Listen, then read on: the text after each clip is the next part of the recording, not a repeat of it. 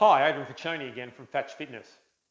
Today I wanted to continue on the theme of talking about hip flexors and how we can go about reducing the role of hip flexors when we're doing core exercises. Now, a very popular exercise that's done globally today is what's known as the plank. And let me give you a quick demonstration of what I mean by a plank.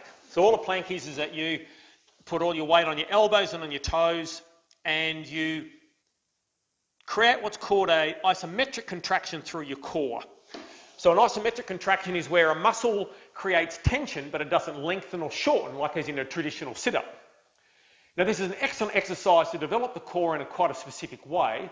The problem is that the hip flexors can get very actively involved in planking if you just get into a plank position and just hold it for a period of time. Now, the hip flexors can be involved so much that planking has been taken to such extremes where the world record, which was just broken in early 2020, is 10 hours, 10 minutes and 10 seconds of planking. Now a huge amount of that would have been hip flexors helping the subject keep their pelvis off the ground, but we don't want to do that. So we don't want to be spending huge amounts of time having to plank to try and develop the core strength that we need. So what we want to do is we want to try and modify the plank in a way that massively activates the core, de-emphasizes the hip flexors, and doesn't take forever. So what can we do?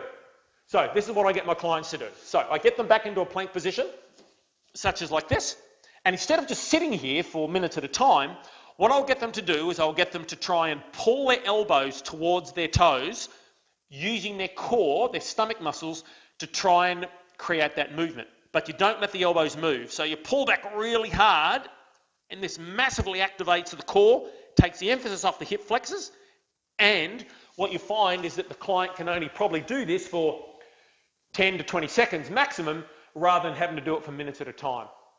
So again, another great way of being able to take a standard exercise that's a bit too hip flexor focused, make a slight modification, and then all of a sudden you've got a great core exercise that will improve the functional strength of your core.